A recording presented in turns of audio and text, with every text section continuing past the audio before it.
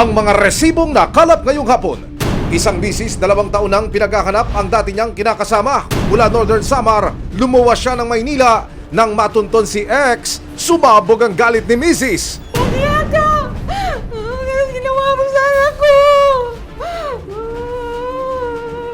Sinira mo mga anak ko! Si ex pala, sangkot sa isang karumal-dumal na krimen. Pinagkatiwalaan kita sa mga anak ko! Walang hiyaga! Ano ang ginawa ng lalaki sa 2 anak ni misis? Huwag basta-basta magtiwala, baka ang kinukuha nyo palang trabahador may tinatagong lihim. Ang construction site na ito sa Barangay Poblasyon sa Arayat, Pampanga, walang anumang kakaiba sa unang tingin. Pero sa loob nito, nagtatago raw ang isang lalaking nag-iiba ng anyo. 2 raw ang katauhan at 2 rin ang ginagamit na pangalan. Naku po, doble kara. Iyon pala, may tinatagong sikreto tungkol sa krimeng kinasangkutan niya. Pupunta kayo sa kabilang hali. Kasi yung lote na yan, lusutan yan eh. Lusutan po ito. At bali, iikot po kami. Huwag tayong, huwag tayong bukso lahat na parang lahat tayo nandun. Kasi pansinin na yan. Mabulgar na kaya ang tunay niyang pagkatao? Abangan mamaya! Anumang reklamo, bibigyan tugon. Bawat hiling at problema, hakanapan ng solusyon. Ito ang bago ninyong sandigan, hindi palalampasin ng mga tiwali at maling gawi. Dito, walang ligtas ang abusado at lalong walang lusot ang may atraso. Dahil ang lahat, hahanapan natin ng resibo. Magandang hapon, ako po si Emil Sumangil. Ang kinakasama ni Mrs. bigla na lang nag-disappear, pero hindi pala siya nangaliwa, kundi mas masahol pa raw ang ginawa. Dahil ang 2 batang anak ni Mrs. mistulan umanong ginawang sex slaves ni ex. Halos 7 taong tinakot, pinagbantaan, minaltrato at paulit-ulit na kinalay at inabuso. Iyan ang karumal-dumal na sinapit ng 2 magkapatid na nagmistulang sex slaves sa probinsya ng Northern Samar. Dito po yung dati kong tinitirahan. Dito po yung nangyari yung crime ko. Dito po yung bahay ng stepfather ko. Dito po lahat nangyari yung masasamang alaala ko. Itatago namin sila sa mga pangalang Cristel, 20 taong gulang at Jessa, 17 taong gulang. Kwento ni Cristel, nagsimula ang pang-aabuso sa kanya noong siya'y 13 gulang pa lang. Pag wala po si mama po, ginagawa niya po yung gusto niya sa akin, yung ginagahasa po niya. Noong time na po yun, alam ko na po na mali po talaga yun. Pero dahil sa takot, hindi raw agad nakapagsumbong ang dalaga. Tinakot po niya ako na ilalayo po sa amin yung kapatid naming bunso. Sabi niya, masisira daw yung pagkababae ko. I-judge daw ako sa school namin. So ayun po, natakot po ako. Pero ang suspect, tila hindi na kontento kay ate dahil pati ang bunsong si Jessa, hinalay rin daw pala. Wala kang patawad, sir. Ang sakit po. Nalaman ko kung ginaganon din sa si father ko. Hindi ko akalain gaganyan yung kapatid ko. Kala ko, ako lang po eh. Ang suspect na walang awang lumapastangan sa kanila, walang iba kundi ang itinuring na nilang sariling ama. Itatago namin siya sa pangalang Eric. Taong 2014 nang makilala ng inang si Joanne. Hindi niya rin tunay na pangalan ng kinakasamang si Eric. Sobrang tiwala po. Hindi nga ako nagtiwala sa sa magulang ko. Hindi ko pinagtiwala ang mga anak ko sa magulang ko. Mas pinagkatiwala ko talaga sa kanya, ma'am. Yung pala, deep inside, mas maano pa sa diablo. Ang hindi alam ni Joanne, sa mga oras na umaalis siya para magtrabaho, pinagsasamantalahan pala ni Eric ang 2 niyang anak. Habang wala po ako, yun ang ginagawa niyang kaanuhan sa mga anak ko. Masakla po talaga. Tinuri niya po mga hayop ng mga anak ko. Lalo na po pag wala ako. Dahil sa paulit-ulit na pang-aabuso sa magkapatid, sigaw ng mga biktima, "Tama na! Sobra na!" Sobrang sakit po, ma'am. Kasi nawala po yung pagkababae ko eh. Dito na naglakas loob sina Cristel at Jessa na magsumbong sa ina sa ginagawang panggagahasa sa kanila ng suspect. Hanggang sa isang pangyayari po, nag-away po yung stepfather ko at yung kapatid ko. Bali nakasabi po siya na, ikaw nga ni-rape mo ako, sabi niya. So ayun nga po, nalaman ni mama na ginaganon kami. Pero bago pa man siya mahuli, dali-daling tumakas at umalis ng Northern Samar si Eric. Itong lugar po namin is maraming po pwedeng exit point po ng mga suspect po. So pwede po sila dumaan sa bundok, o pwede po dito sa kalsada mismo, o pwede rin po sa dagat. Kaya agad na nagsampa ng reklamo sina Joanne sa Gamay Northern Samar Police. Kaya po, hindi talaga siya nagpahuli sa mga alagad ng batas kasi po, pag nahuli siya, ay talagang makukulong agad po siya. Itinuring siyang isa sa mga most wanted ng Northern Samar. At matapos sa mahigit 2 taong tila pag-hide and seek sa mga otoridad, lumabas na ang warrant of arrest laban kay Eric. At isang impormasyon ang nakuha ng mga pulis. Nagtatago naman suspect dito sa Metro Manila at pag-alagala bilang isang pedicab driver. May na-receive kaming information na pumunta dito sa NCR. Nag-conduct kami ng verification. So, lumabas na doon sa intelligence report namin, nandun siya sa Pasay, nagtatago as pedicab driver. Tuluyan na nga bang magtitigil pasada ang suspect na si Eric? Agad siyang binanmanan ng mga otoridad. Napakailap yan dahil yun nga, nagtatago siya doon dahil sa face mask. Actually, buwan na rin yung paghahanap namin dyan. Abangan mamaya, mahuli na kaya ang taong lumapastangan sa magkapatid. Magsiyaga! Ganun ginawa mo sa anak ko! Sinira mo mga anak ko! Susunod, ang construction site na ito sa Barangay Poblasyon sa Arayat, Pampanga. Walang anumang kakaiba sa unang tingin, pero sa loob nito, nagtatago raw ang isang lalaking nag-iiba ng anyo. 2 raw ang katauhan at 2 rin ang ginagamit na pangalan. Iyon pala, may tinatagong sikreto tungkol sa krimeng kinasangkutan niya. May aksyon, ebidensya, resibo, walang lusot ang may atraso. May aksyon, ebidensya, resibo, walang lusot ang may atraso. Nag-inuman, nagkainitan, nag-escalate quickly sa saksakan. Pagkalipas ng halos 6 na taon, natuntun din sa wakas ang suspect sa pagpatay na naganap sa Malaparaisong Isla ng Boracay. Sa Malaparaisong Isla ng Boracay, naganap ang isang krimen noong May 3, 2017. Ang biktima, kinilalang si Jemar Waquez, 34 years old. Hindi makapaniwala ang amang si Mang Pedring sa sinapit ng anak.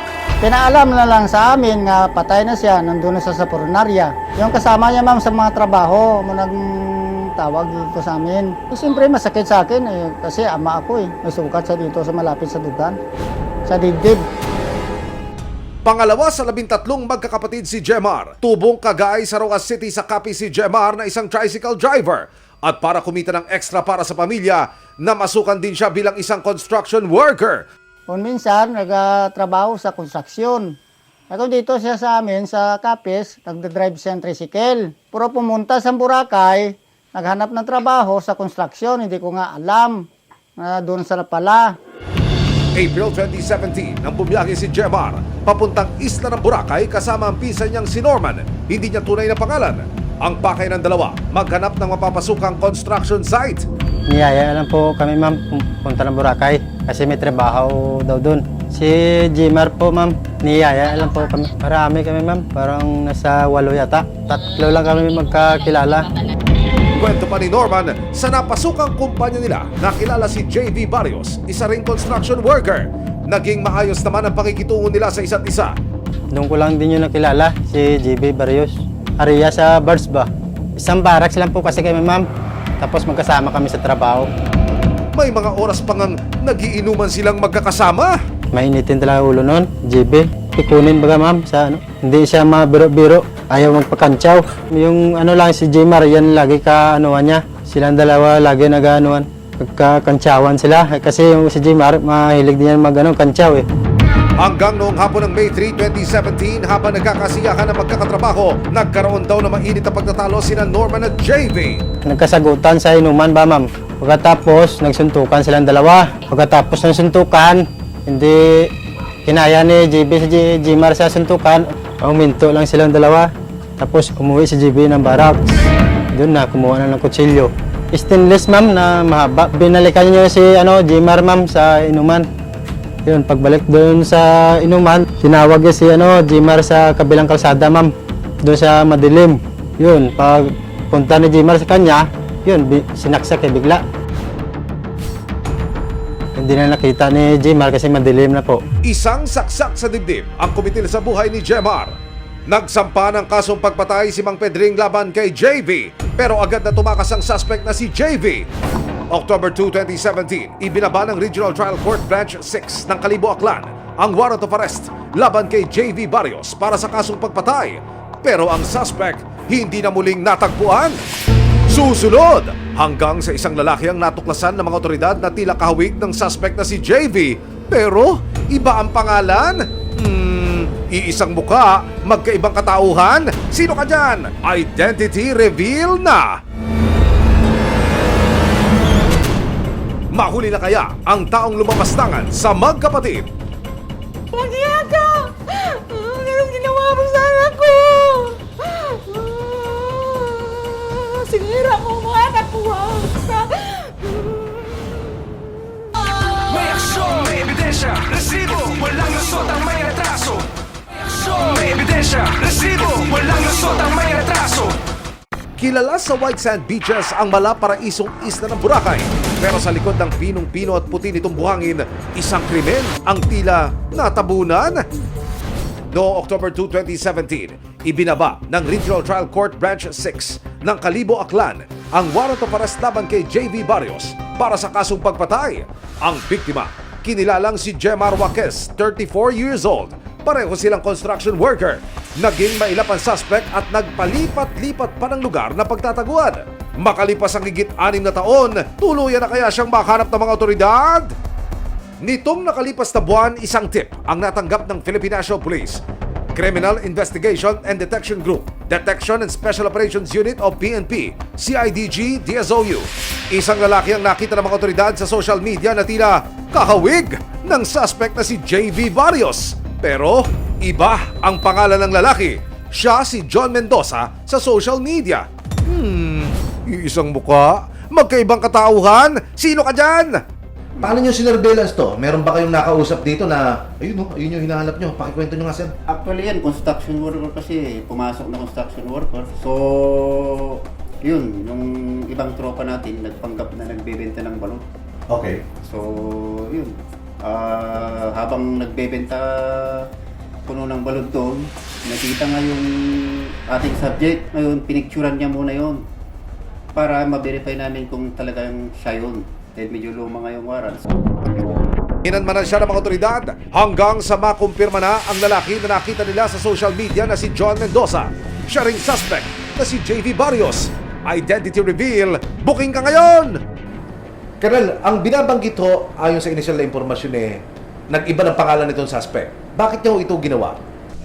Siyempre, para i-hide niya yung kanyang identity. Para hindi siya mahanap. Wala na rin sa Boracay ang suspect kundi nasa Arayan, Pampanga na. Pero tulad sa Boracay, nagtatrabaho pa rin siya ngayon bilang isang construction worker. Agad na ikinasan ng CIDG, DSOU ang paghuli sa suspect. Okay, from here, takbo tayo ng Pampanga, Arayat. Katabi nitong 588 shopping mall na to, construction site, nandito ang target.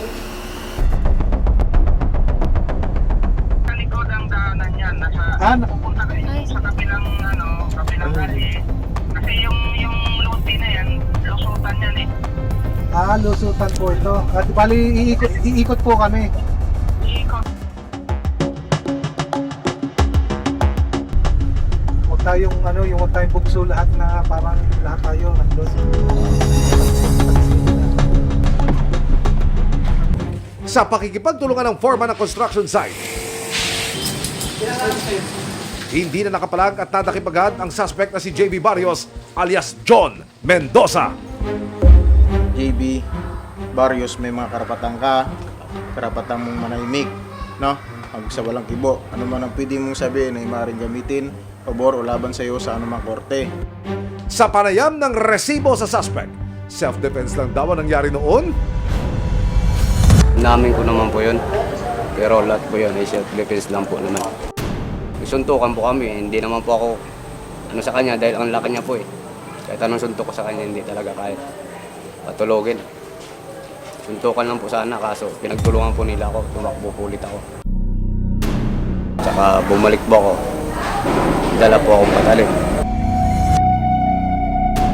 Yung pumulot po siya ng bato, malaking bato na ipapalo sa akin. Nasalag ko po. Sabay nasaksak ko po siya. Yun po, nagtakbo na po ako. Hindi yan totoo, ma'am. Kasi siya ang kumuha ng kutsilyo dun sa barracks, ma'am. Tapos si Jimar, nandun lang yun sa inuman, nandun lang nakaupo. Pagbalik ka doon sa inuman dahil na Jimar, may kutsilyo na sandala. Walang dala yun si Jimar na bato o anuman. Dinala sa Camp Crame si JB.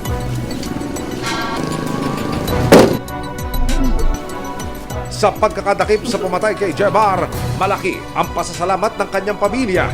Masaya po kaya nabigyan na yung justisya pagkamatay ng beyaw ko. Dapat na yun sa kanya mahuli siya, makulong habang buhay. Mabibigyan hustisya na rin daw ang kanyang pagkamatay. Masaya, nabigyan ng justisya. Tagal niyang magtago. Hindi ko na gani alam nga mahuli pa siya. Ay siyempre pagdusahan niya hanggang mabulok sa bilangguan para matusahan niya yung ginawa niya sa anak ko.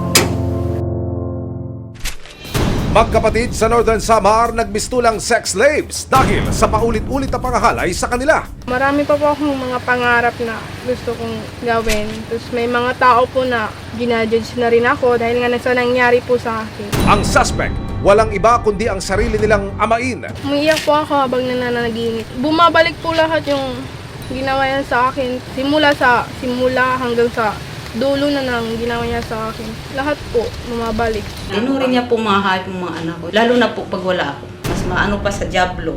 Pero bukod sa pangmomolestya, may iba pang ibinulgar, sina Cristel at Jessa. Ano na naman yan, sir? Nakatikim din daw sila ng pagmamaltrato at pananakit mula kay Eric. Ayaw mo talagang paawat, ha? Mas dako pas po sa mga kardero. Ingagin, susuntok-tok dyan di sa tiyan. Dahil sa paulit-ulit na pang-abuso at pangmamaltrato sa magkapatid, naglakas loob na silang magsumbong sa kanilang inang si Joanne. Parang nabunutan po ako ng tinik. Masaya po, pero hindi pa naman nahuli ng time na yun, nakaalis na. Sinampahan ang suspect ng patong-patong na kaso ng 7 counts of rape at isang acts of lasciviousness. Pero ang suspect agad daw nag-travel to next destination mula Northern Samar patungo Maynila. Pero ang hindi alam ni Eric, sinundan pala siya ni Joanne papuntang Maynila. At actually po, pag Maynila po, hindi lang trabaho. Kasama ko siya sa plano na mahuli.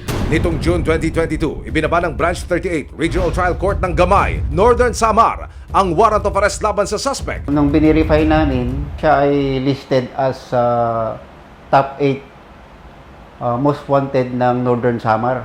Listed din siya sa municipal level. Agad na hinanap ng CIDG, TSOU, ang mga posibleng ruta ni Eric. Pero hindi ito naging madali para sa kanila. Napakailap yan dahil yun nga, nagtatago siya doon dahil sa face mask. Tinatago niya talaga yung identity niya. Pero isang selfie ni Eric ang na-trace ng mga otoridad. Wala na silang inaksayang oras, kasama ang resibo, agad silang nagkasa ng entrapment operation. So, eto siya, ha? Tingnan niyo maigi. Ang palatandaan niya, meron siyang nunal dito sa kaliwang pisngi. Hindi tayo magkakamali kasi yung nunal ang pagbabatayan natin. Pagdating sa lugar, agad nasukol si Eric ng mga operatiba. Nung pumunta doon kumain, sinabayan ng ating tropa. So, nagkataon naman na talagang tatanggalin niya yung face mask. So, tinanggal yung face mask, nakita yung palatandaan na nunal. So, positive identification, hinuli na ng ating tropa. May warrant of arrest ka sa kasong rape at acts of lasciviousness na inisyo ni Judge Ricardo S.W. Amos ng Regional Trial Court Branch 38, Gamay, Northern Samar. Babasahan kita ng karapatan mo. Ikaw ay may karapatang manahimik o magsawalang kibo. Ano man ang iyong sabihin ay maaaring gamiting pabor o laban sa iyo sa anumang hukuman. Ikaw ay may karapatang kumuha ng sarili mong abogado o tagapagtanggol na iyong napili at kung hindi mo kaya, ang gobyerno ang magbibigay sa iyo. At may karapatan ka din kumuha ng iyong tagapagsuri. Naiintindihan ba ang iyong karapatan? Apo, sir. Arestado ka muna, ha? Apo, sir. Nakapanayam ng resibo ang suspect na si Eric. Hindi ko po akalain na ganito habot sa ganito, ma'am. Sorry po. Doon po sa nagsampa sa akin, sana patawad niya kung ano man yung kasalanan ko. Hindi ko ina-expect na ganun yung kalalim. Pero, sorry not sorry, dahil pagkahaba-haba man ng taguan, ang biyahe niya ngayon ay patungong kulungan.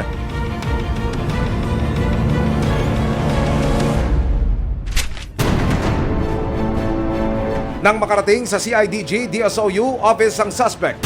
Teka, mukhang may hahabol pa yatang pasahero ah. Gigil na gigil si Joanne sa suspect. Nagyaya ka! Ganun ginawa mo sa anak ko! Nagtago ka na si Kaiya! Pinagkatiwalaan kita sa mga anak ko! Walang hiya ka! Ganun ginawa mo sa anak ko! Sinira mo ang mga anak ko! Wag ka! Tagal kitang hinahanap buwan ka! Nagtago ka! Akala mo siguro pababayaan ako ni God, hindi! Ang tagal mong mga anak ko, hayop ka! Maliban sa gasa! Hindi mo pinakain minsan ng mga anak ko! Binubugbog mo, hayop ka!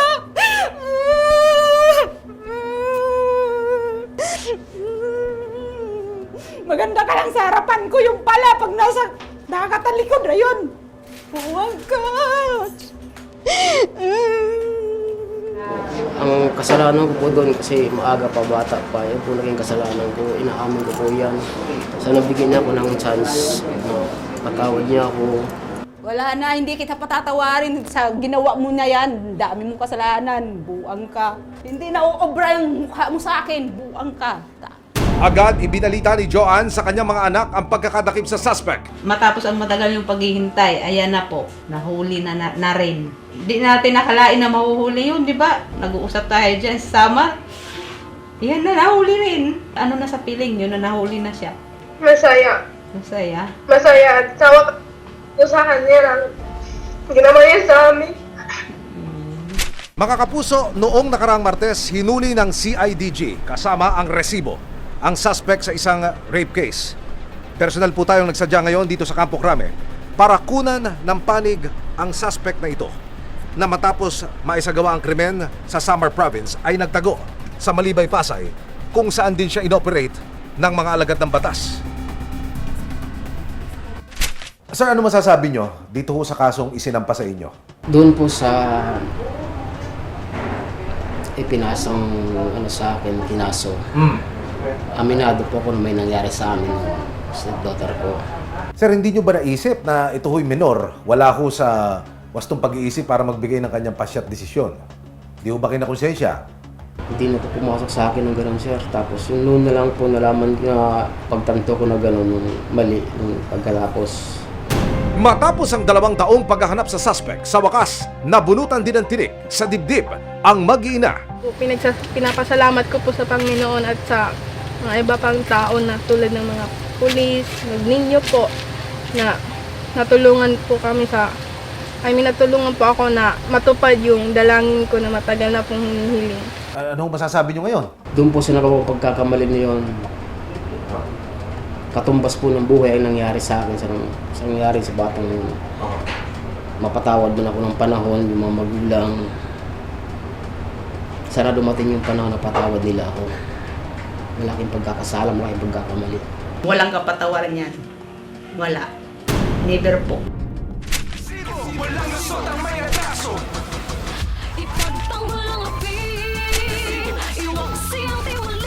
Sama-sama nating ituwid ang tiwali at baluktot, itakwil ang maling gawi at modus na bulok. Walang ligtas ang abusado at lalong walang lusot ang may atraso. Dahil ang lahat, hahanapan natin ang resibo. Hanggang sa muli, ako po si Emil Sumangit. May aksyon, may ebidensya. Resibo, walang lusot ang may atraso.